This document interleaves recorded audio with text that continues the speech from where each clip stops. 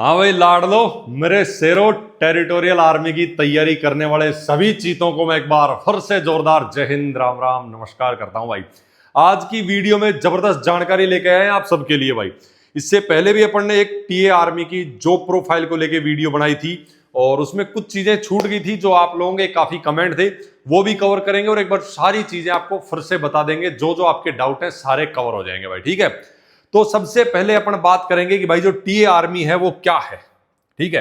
अपन इस वीडियो में एक एक चीज आपकी कवर करने वाले हैं। जितने आपके डाउट हैं हर एक चीज आपको बताएंगे भाई। टीए आर्मी क्या है, कितनी क्या सैलरी होती है, जॉब प्रोफाइल क्या है, छुट्टियां कितनी मिलती है, पेंशन भी लागू है इसमें, क्या रूल है वो भी बताएंगे, परमानेंट है ये भी बताएंगे किस हिसाब से है, सारी कहानी क्या क्या इसमें फैसिलिटी मिलती है ना, ड्यूटी क्या है, एक्स सर्विसमैन कोटा वगैरह मिलता है तो किस हिसाब से मिलता है, सारी चीजें आपको बताने वाले हैं लाडलो, ठीक है।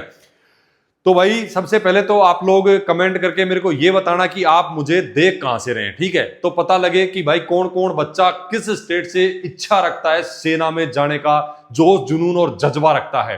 तो वही जो सेना में जाने का जोश जुनून जज्बा रखेगा वही यहाँ पे ये वीडियो देख रहा होगा, क्योंकि उसी को पता करना होगा कि भाई मैं जब टेरिटोरियल आर्मी ज्वाइन करूंगा तो क्या इसकी जॉब प्रोफाइल है। काफी कमेंट रहते हैं आप लोगों के, आज सारे क्लियर करके दूंगा।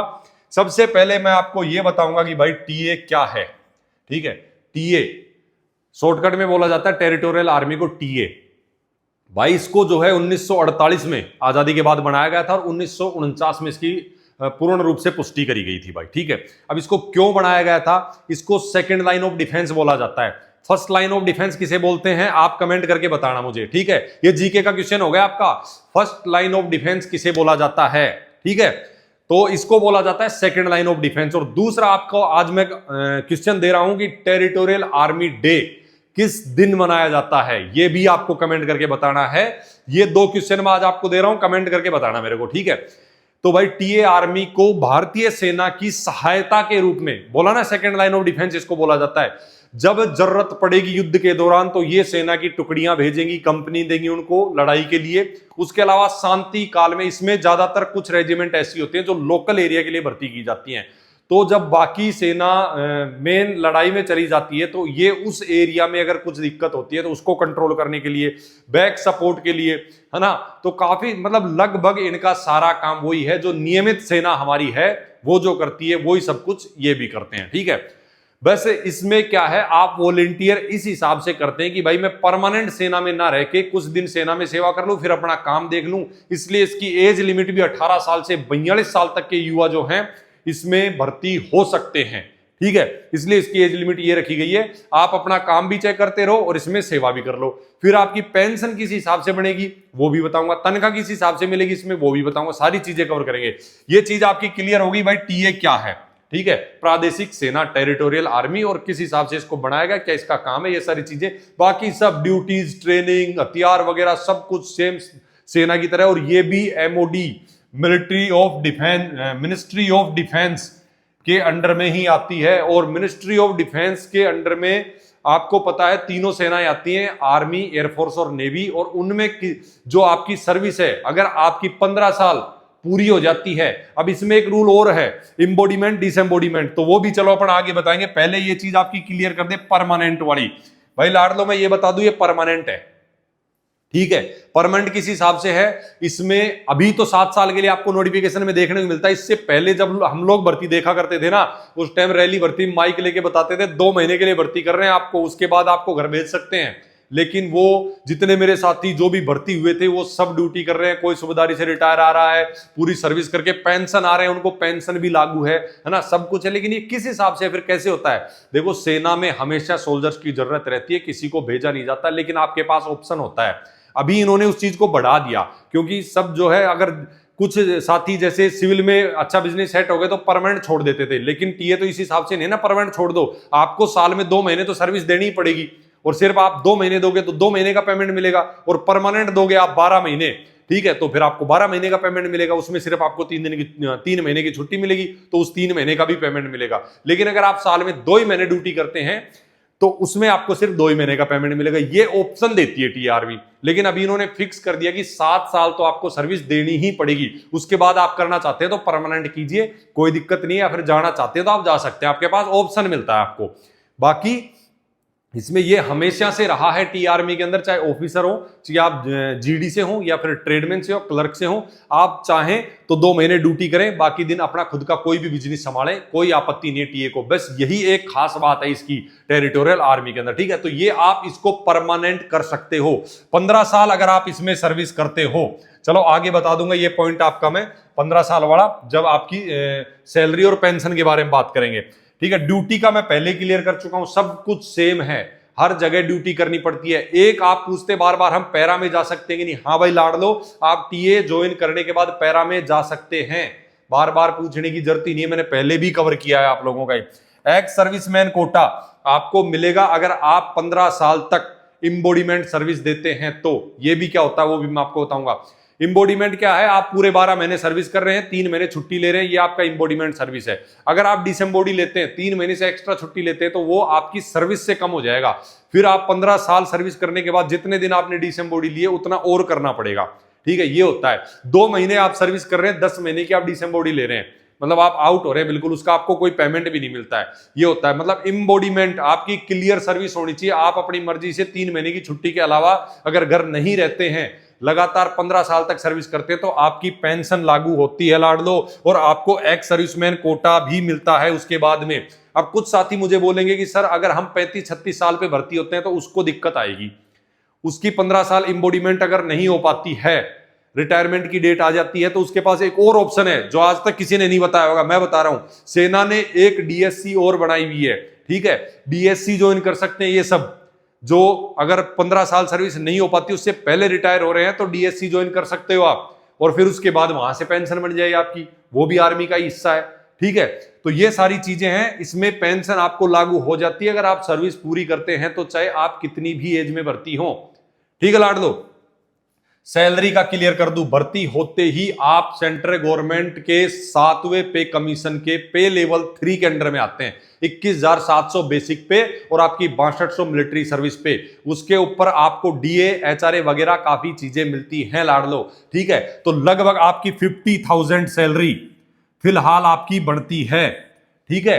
50,000 सैलरी आपकी बढ़ती है, उसमें से आपका कुछ आप फ्यूचर के लिए सेविंग वगैरह के लिए कटवाया जाता है ना, आप अपनी मर्जी से ज्यादा भी कटा सकते हैं, बाकी इतनी सैलरी आपकी बढ़ती है। प्लस इसमें आपको काफी सारे अलाउंसेस, जब आपकी यूनिट कहीं हाई अल्टीट्यूड एरिया में रहती है, हार्ड जोन में रहती है, तो कहीं पे 10, कहीं पे 15, कहीं पे 20, कहीं पे 40, 42, 47 हजार अलाउंस एक्स्ट्रा होता है इस सैलरी से, ठीक है। कुछ जगह ऐसी है जहां टोटल सैलरी आपकी 1 लाख तक बनेगी, उसके अलावा आपको और भी अलाउंसेस जैसे चाइल्ड एजुकेशन अलाउंस, बच्चों को पढ़ाने के लिए, ठीक है, ये चीजें भी मिलती हैं। उसके अलावा आपको भाई और भी काफी सारी फैसिलिटीज, बच्चों को पढ़ाने का हो गया, आपके ड्रेस वगैरह के अलाउंसेस हो गया, आपके ट्रेवल के लिए, नीचे आगे मैं फैसिलिटी में बात कर लूंगा इसके बारे में, ठीक है। छुट्टी की अगर अपन बात करें, सैलरी का क्लियर हो गया, छुट्टी की अगर अपन बात करें तो लाडलो छुट्टी का इसमें मैंने आपको बता दिया, जैसे सेना में इंडियन आर्मी के अंदर 3 महीने की छुट्टी मिलती है, इसमें भी आपको 3 महीने की छुट्टी मिलती है, जिसमें 60 दिन आपकी एएल और 30 दिन सीएल होती है, ठीक है। 90 दिन छुट्टी आप इसमें ले सकते हो लाडलो, कोई दिक्कत नहीं है।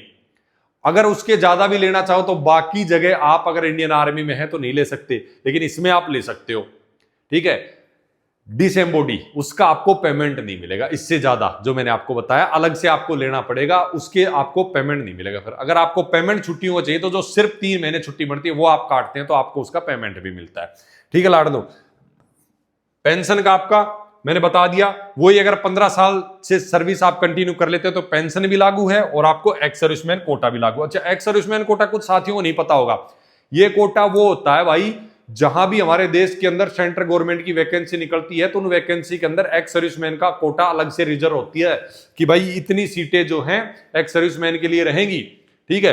कुछ स्टेट में जैसे हमारे राजस्थान में भी भाई बहुत जो स्टेट गवर्नमेंट है उसका रूल है, एक्स सर्विसमैन कोटा दिया जाता है स्टेट की वैकेंसी में, और भी काफी स्टेट के अंदर ये रूल है, ठीक है लाडलो। ये हो गया आपका। अब बात कर लेते हैं कुछ अदर फैसिलिटी के बारे में। तो भाई इसमें आपका मेडिकल फैसिलिटी मिलेगी आपको मिलिट्री की तरफ से, आपको आपके ऊपर जो भी डिपेंडेंट है, आपकी भाई वाइफ रहेगी, आपके बच्चे रहेंगे, आपके माता पिता रहेंगे, उन सबको मेडिकल फैसिलिटी मिलिट्री की तरफ से ही दी जाती है कि भाई एक सोल्जर अगर उसको बार बार छुट्टी नहीं भागना पड़े मेडिकल ट्रीटमेंट के लिए, उसको सेना ही जो है मेडिकल फैसिलिटी दे देती है। उसके अलावा क्वार्टर, देखो अगर आप फैमिली के साथ रहना चाहें तो अलग से क्वार्टर वगैरह भी मिलते हैं, या फिर पर्सनल लिविंग तो रहती है आप सबकी, ठीक है। फैमिली के साथ रहना चाहें तो आप क्वार्टर भी ले सकते हैं, जिसमें आपको जो है सेना की तरफ से आपका हर एक चीज चाहिए, आपका भाई ड्रेसेस हो आपकी, या फिर खाना वगैरह हो, ये सारी चीजें आपको मिलिट्री की तरफ से मिलती है भाई, ठीक है। कैंटीन फैसिलिटी सब जानते हैं भाई कैंटीन क्या होती है, ठीक है। आजकल हर किसी का दोस्त फौजी है, उसको लेके कुछ ना कुछ जो है कैंटीन से लेने चले ही जाते हैं, बाकी आप सब समझदार हैं, ठीक है। चाइल्ड एजुकेशन मैंने बता ही दिया आपको, चाइल्ड की एजुकेशन के लिए भी अलाउंसेस आपको मिलता है कि भाई बच्चे की पढ़ाई के लिए आपको अलग से पेमेंट किया जाता है कि भाई ठीक है इतना पेमेंट आपको अपने बच्चे की पढ़ाई के लिए मिलेगा करके। उसके बाद ट्रैवल वगैरह जब आप छुट्टी जाते हैं तो आपको ट्रैवल का ले टिकट ही मिलती है आजकल तो, ठीक है। डायरेक्ट आप एसी में सफर कर सकते हैं, इसकी फैसिलिटी भी आपको मिलिट्री की तरफ से दी जाएगी। और भी काफी सारी फैसिलिटी जितनी भी इंडियन आर्मी के अंदर है सब कुछ इसके अंदर है। बस इसमें क्या है, रैली भर्ती में भीड़ थोड़ी ज्यादा होती है लाडलो, क्यों? क्योंकि भाई इसमें 18 साल से 42 साल तक के युवा जो है जिन्होंने 8वीं 10वीं या 12वीं में से कुछ भी किया हुआ है तो वो लाडलो इस भर्ती को देख सकता है। ओपन रैली भर्ती होती है, पहले दौड़ होती है सबको पता है, उसके बाद मेडिकल, उसके बाद एग्जाम होता है, ठीक है। और जितने साथी तैयारी कर रहे हैं उनको मैं एक चीज बता दूं, ये अपना ऐप है भाई वर्दी कैंपस ऐप, जो प्ले स्टोर से आपको मिलेगा। आप इसको डाउनलोड करके और इसका बैच, ऑनलाइन क्लासेस का बैच ज्वाइन कर सकते हैं। मेरे अनुभव के हिसाब से तैयार किया गया पूरा बैच है, जिसमें आपको उतना सब कुछ मिलने वाला है जो आपको सिलेक्शन के लिए चाहिए।